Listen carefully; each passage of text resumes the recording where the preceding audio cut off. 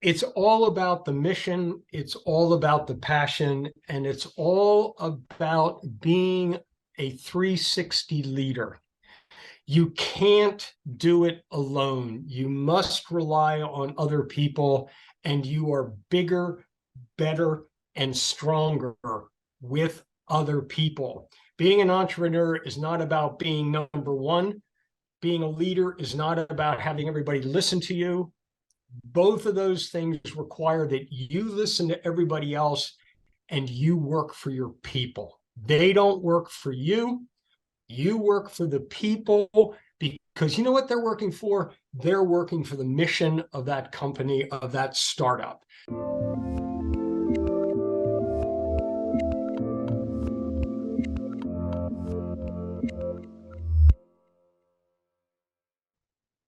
Hey everyone, this is Devin Miller here with another episode of The Inventive Journey. I'm your host, Devin Miller, the serial entrepreneur that's grown several startups into 7- and 8-figure businesses, as well as the founder and CEO of Miller IP Law, where he helps startups and small businesses with their patents and trademarks. If you ever need help with yours, just go to strategymeeting.com, grab some time with us to chat, and we're always here to help. Now, today we've got another great guest on the podcast, David March.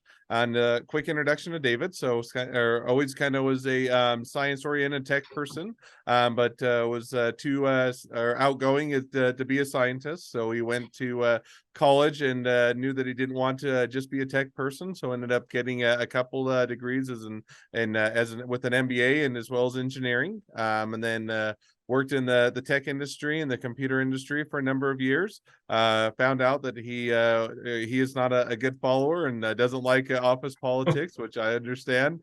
So he started his own business in 1985 and was with the high-tech instrumentation for the pharma industry, and then split the business between him and his partner, and that business got acquired, and then worked for them for a bit, and then continued on, worked as a COO and manager as a role for turning around companies for several different companies, and found that everything else was moot unless you could sell, and also did a lot of speaking and publishing papers. And then met a guy that showed him how to run a panel, started a business in the renewable energy space, and has continued to go from there. So with that much as an introduction, welcome on the podcast. Well, thank you. First off, way too kind. It's not because of my outgoing nature. It's probably more that I'm impatient and ADHD. But other than that, fantastic. Thanks, Devin. Absolutely. So now I took a much longer journey and gave the very condensed version of it. So why don't we go back a little bit and unpack that a bit? So tell us a little bit about how your journey got started in college, realizing you weren't going to be a tech person, or didn't want to just be a tech person. Yeah, so even when I was as a kid in high school and even in grade school, I was notorious with my family for going and taking things apart and then putting them back together. Unfortunately, there always seemed to be parts left over or something like that. But I always had this drive to figure out how things work and understand the things around me. So how things work, machines, and all of that. And I knew I wanted to be, so I'm going to say, an engineer. And part of that is I have a very task focused orientation. I like to get things done. And I tend to like to get things done that are very tangible, right? So not just, I could not be an attorney, right? Because like getting a document done to me is not exactly, rings my chimes very much at that. So I went to school as an engineer and I really enjoyed it. And I did very well at it. But from the perspective of it did seem, while the science and technology was interesting, from the standpoint of it seemed narrow from the perspective of being in a company, right? There's this big thing that's going on and making decisions and selling and all kinds of stuff. And you're one little cog in some either R&D facility or something like that. And maybe it's just ego, right? And I just said, you know what? I don't think that's me. I really, really don't like not seeing the big picture, not being part of the big picture. Mm. And I was super, super lucky. I had a fraternity brother who was a few years older than I was and felt the same way. And he said, you know what? And he was a chemical engineer as well. He said, we need to create a curriculum just for us weirdo people. And he convinced the administration to do it. And it was a 5-year program, engineering and MBA. You got the engineering in 4, and then one more, sort of year, you got the MBA. So he was literally the trailblazer who did that. And I just sort of followed suit and was just lucky in a sense, because right out of college, I took a job in strategic planning. I was evaluating technologies for acquisition, putting deal structures together and things like that, and found, I made the right decision in that regard. So now you cut me, and I think it's a good, it's always nice to or come to that realization early on. I took a different route, and it's interesting. As much as you would want to be an attorney, a lot of the same path that I took was I got to the end of undergraduate and said I don't want to be an engineer, and so then or intellectual property was a good way for me to leverage engineering without having to dive into the weeds or do that full time. So with that, so you come out and you say, okay, have that realization, go get a job, start working in the industry. And I think as you came out, you started to work in the tech and computer industry for a period of time. And how long were you in the industry? Yeah, I was in the computer industry for I'd probably say 5 years or so before I started my first company. So now one kind of question. Oh, go ahead. No, I was going to say, life throws you all these interesting things. So that was serendipity as well. I mean, I am literally, both my wife and I worked at the same computer company. We were at a mall Christmas shopping, and literally just walking down the aisle of the mall, I ran into one of the assistant professors. He was that I had in college. Right?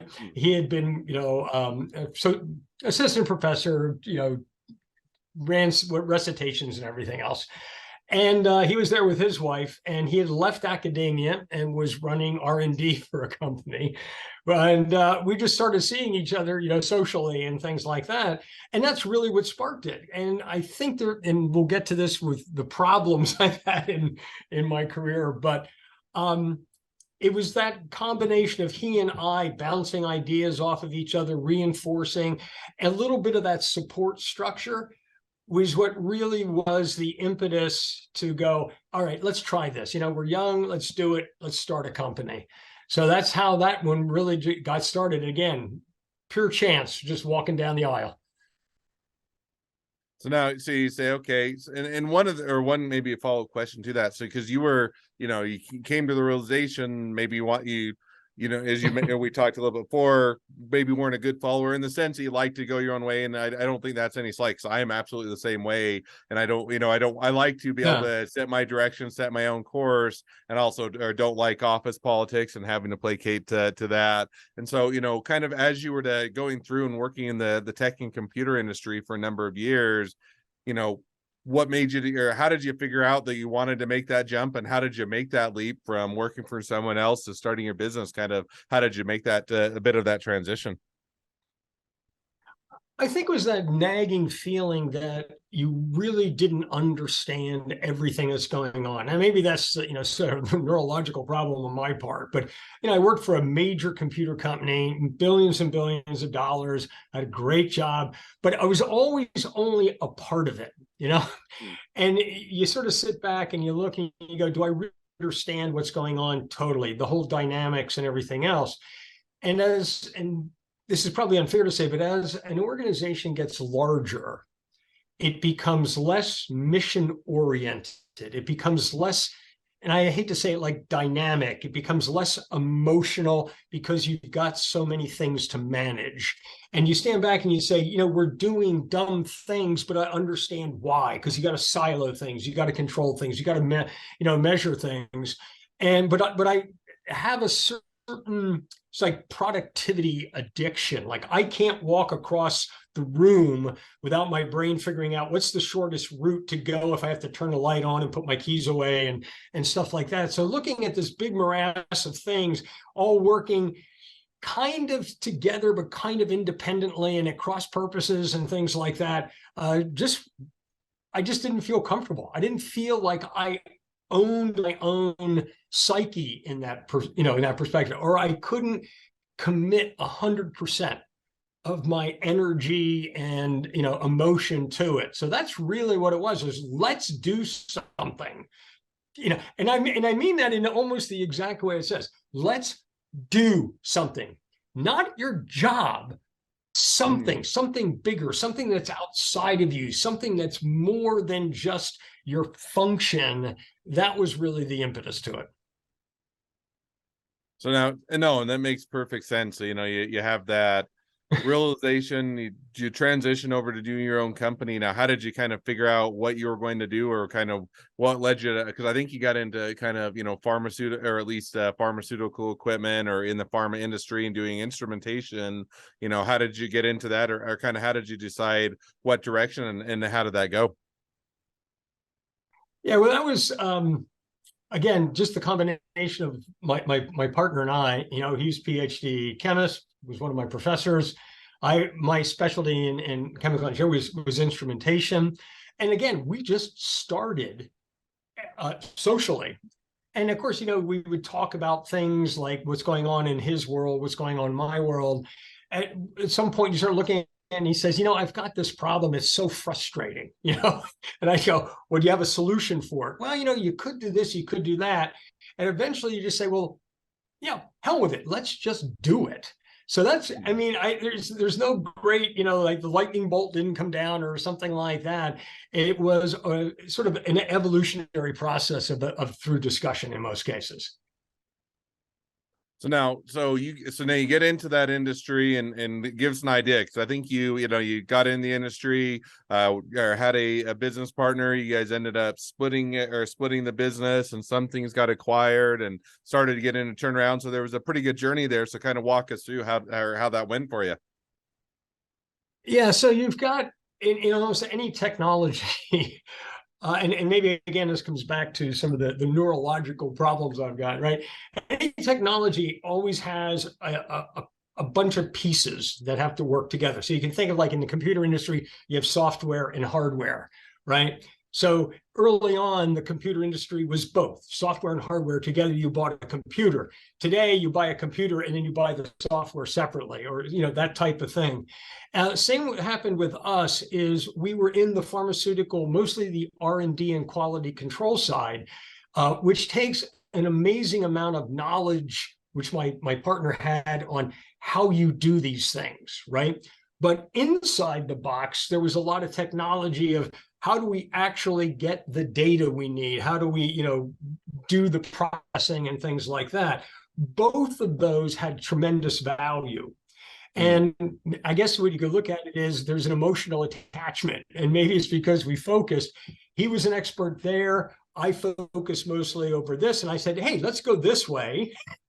Let's go that way, because both had value. And that was really where the decision came, is we didn't want to compromise one, but each of us had a passion. And you talk about startups and small business. Look, startups are about passion. It's about mission. It's about, like I always say, it's about getting something done. And if you are not passionate about it, if you are not 100% committed to doing it, get out. Okay, literally get out, because you're not going to be happy. An entrepreneur or a startup or a venture or something like that is really a 24/7, I was going to say job, and that would be the wrong word to use, calling. You have to absolutely love what it is that you're doing, be 100% committed to it. And that's why we went in different directions at that point. So now, so now as you go in different directions, how did you decide how to split up the company or what you're going to do? And once you made the split, how did that go for you? It was fine. He took that one, and that side got acquired. The other side went somewhere else. That got acquired, and everybody, went on to be successful and enjoy what they were doing. So, it was painful and difficult at the time. In hindsight, it was absolutely for the best. Hmm.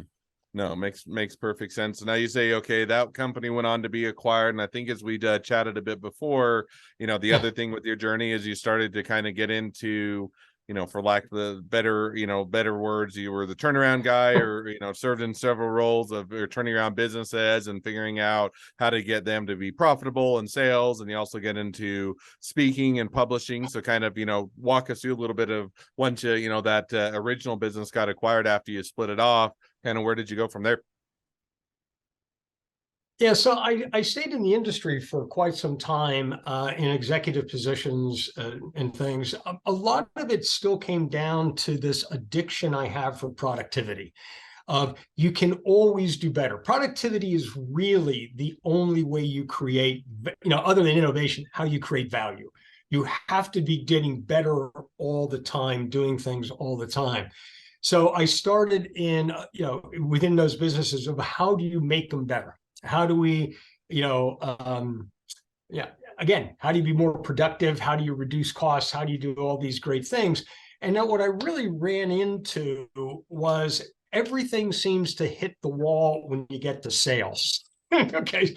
It's sales is a really, really tough piece. So I had come up through the technical side, and then in through the operation side. I was COO and everything else, and I was COO of a couple of companies. And it was always the biggest challenge was not running everything. Running everything was actually easy, and the problem being is that's management, right?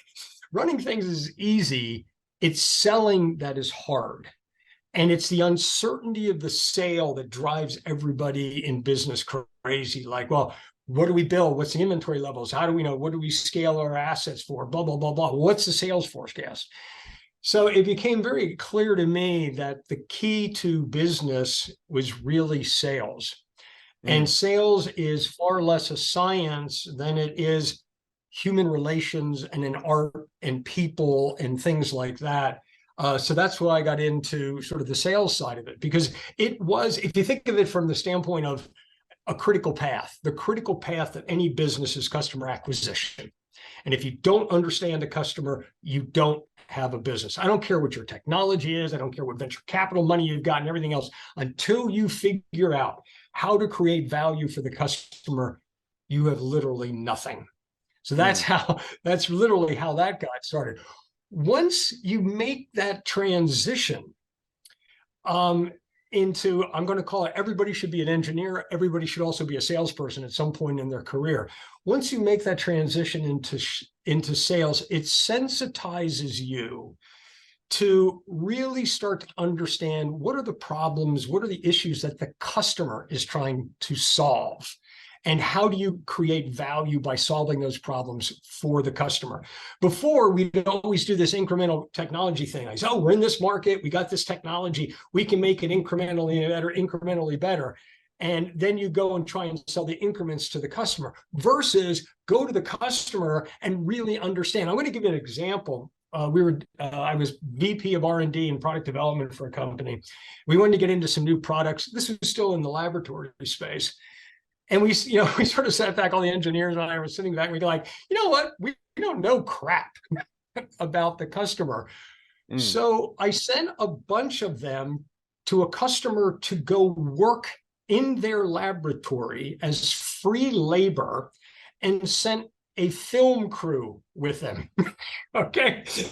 And we literally filmed them working over a week, the customer, our people, and everything else, and then came back and analyzed the tapes and said, why are they doing this? This looks super inefficient, because that's the way it was. Every piece of it had been incrementally improved, but nobody ever took a step back, looked at it holistically and said, if we combine this and this and do this together, we could streamline this whole thing.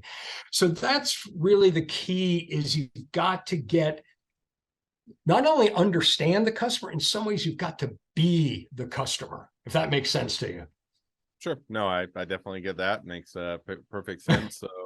So now, or maybe to, as we're moving towards the future. So at one point you got into, or you went through that, got helped or turning companies around. Also did some speaking and publishing papers. And then at one point you kind of got connected in, or made a shift, or started a firm in the renewable energy space. And so help us connect the dots. How did you make that jump, and kind of catch us up as to where you're at today? So yeah, I was working as a process optimization consultant for a major engineering company, and my job was, and again, mostly was in pharmaceuticals, but also at that time in alternative fuels, of going in and helping them to figure out how do you improve your processes, how do you streamline them, how do you reduce waste, how do you make them more efficient, and things like that. And because of that, I got a lot of invitations to speak at conferences, be on panels and things like that. And again, this is one of those weird serendipity things. I was heading up a panel at an alternative fuels conference, and I had an investment banker on the panel who had been investing in ethanol plants and stuff like that. And we met after the panel for a beer and found out he lived in the same city as I did. I mean, again, one of those weird serendipity things. So we started talking, and then again, seeing his wife and my wife and the couples socially, we started talking about the renewables industry, alternative fuels, and things like that. He, of course, brought a very different perspective. I brought sort of a customer as well as a technology perspective. He brought the financial perspective, because when you get into alternative energy in general, that's a big ticket. Okay, this is not Jolt Cola and pizzas in somebody's basement or garage making an app. This is tens, hundreds of millions of dollars of commitment. So we started analyzing the market and came to the conclusion, you know what? This is honest. If you had a lot of money, you could make a lot of money if you did it this way, if you did these things. So we spent a year literally putting a business plan together, testing it out and showing it, and finally presented it to a hedge fund that backed us. And we built 425 megawatts of renewable energy, invested about $700 million. But the same sort of thing is, as you get into that, having your own construction company and everything else, is again, you start to learn the customers. And what became evident to us was that there was a certain batch of customers whose needs were not being met by the energy markets. Our base business, which was billing utility scale renewables, we were owned by a hedge fund. That market was getting so efficient now, so tight, that we couldn't continue to maintain the profit margins and return on capital that we needed to. So we knew that we were going to have to ramp that one down. So as we're looking forward to saying, look, we know a lot about the energy markets. Who isn't being served? And we identified a group of folks that are not being served. And that's where we created my current company, which is Exergy. And we are a concierge utility for organizations where energy is mission critical. And that's how we got here today. Awesome. Well, no, it sounds like it was a good, or a little bit of a journey or an evolution, but also identifying kind of where that unaddressed need is, or that niche is, and then tailoring or focusing the business. And sounds like it was a fun journey. So, well, now as we've already caught up to the present day, and we could have a lot of discussions on other points, and we'll have to have you back on sometime to discuss those. But at least for this episode, as we're wrapping towards the present day, great time to transition to the two questions I always like to ask at the end of each episode. So the first question I always ask is, along your journey, what was the worst business decision you ever made? What'd you learn from it?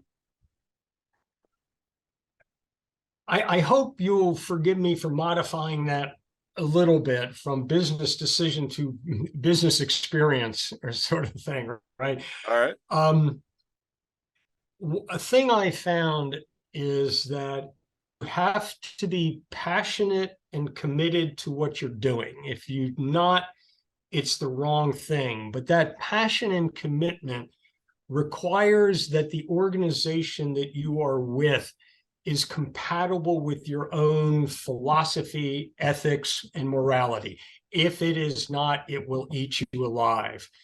So I did a turnaround. That turnaround got acquired by another company, and I got promoted in that company as well. And we went from a turnaround, which is a very emotional thing. It's a lot of leadership, get everybody on board. We're achieving things. We're doing that kind of thing. To now big company. And in this particular case, it was the exact opposite. It was absolutely down to the penny, short-term focused and things like that. And like I said, when we go back, when I said, outgoing, maybe it's my ADHD, I do think about people a lot. So I'm sitting in an executive meeting, all of the other executives are there, and the head of the company gets up and says, your expenses walk on 2 feet. Figure out how to get rid of them. And I sort of I shook my head and said, wait a second. Value is created through the processes of human interaction and things, right? And literally, it's like you have X number of square feet, you have a revenue of Y. Take that number, divide it by this. That's how many people you're allowed to have. If you have more than that at the end of the quarter, you're immediately fired automatically. And I went, this I don't think is the right way to look at business. So the worst decision is I probably should have realized much earlier on in that organization I didn't belong. But you get like the pats on the back and, I'm getting promoted and I got the new title and blah, blah, blah, blah. But at some point you got to step back and say, I don't fit here. Your stomach hurts all the time. You don't sleep. You got insomnia, that type of thing. So the worst decision I made was to further my career without listening to my soul and my heart, I think. No, I think that makes sense. It is one that I think it's easier, sometimes it's easy to fall into that trap of, hey, I'm doing well, I'm getting promoted, I'm getting pats on the back, and people are, otherwise getting the accolades, and you're saying, well, why would I make a difference or a jump? And yet it can kind of suck you into where you go in a direction that if you, step back and said, is this where I want to be? It would probably be a different decision. So makes perfect sense on the experience and the direction that you took. So now the second I'm a huge advocate.